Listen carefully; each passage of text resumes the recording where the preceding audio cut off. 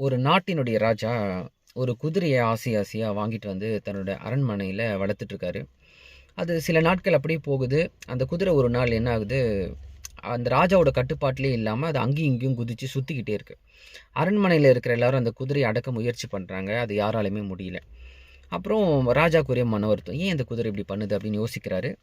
அப்புறம் நாட்டு மக்களுக்கு ஒரு அறிவிப்பு செய்கிறாரு. இந்த குதிரையை யார் அடக்குறாங்களோ அவங்களுக்கு தக்க சன்மானம் நான் தரேன் அப்படின்னு சொல்கிறாரு. நாட்டு மக்களும் வராங்க. அந்த குதிரையை அடக்க முயற்சி பண்ணுறாங்க. யாராலுமே முடியல.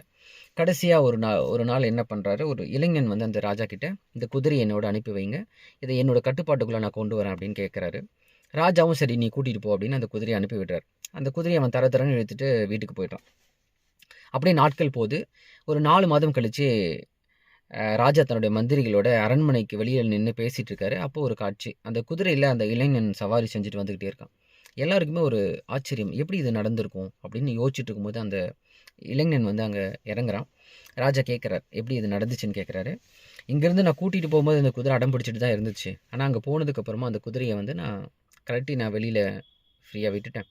அந்த குதிரை எங்கெங்கெல்லாம் நடந்து போச்சோ அங்கெல்லாம் நானும் கூடவே நடந்து போனேன். அது எங்கெங்கெல்லாம் தண்ணீர் குடித்ததோ அங்கே நானும் தண்ணீர் குடித்தேன். அது எங்கெங்கெல்லாம் படுத்து ஓய்வு எடுத்ததோ அதே இடத்துல நானும் ஓய்வு எடுத்தேன். இதே நான் 4 மாதம் தொடர்ந்து பண்ணேன். அதுக்கப்புறம் தான் அந்த குதிரையை நான் முதல் முறையாக போய் தொட்டு பார்த்தேன். அது என்னை எதுவுமே செய்யலை. அப்புறம் அது மேலே ஏறி சவாரி செஞ்சேன். என்னை அழகாக அது சவாரி கூட்டிகிட்டு போச்சு அப்படிங்கிற கதையை வந்து அந்த ராஜா கிட்ட அவன் சொல்கிறான்.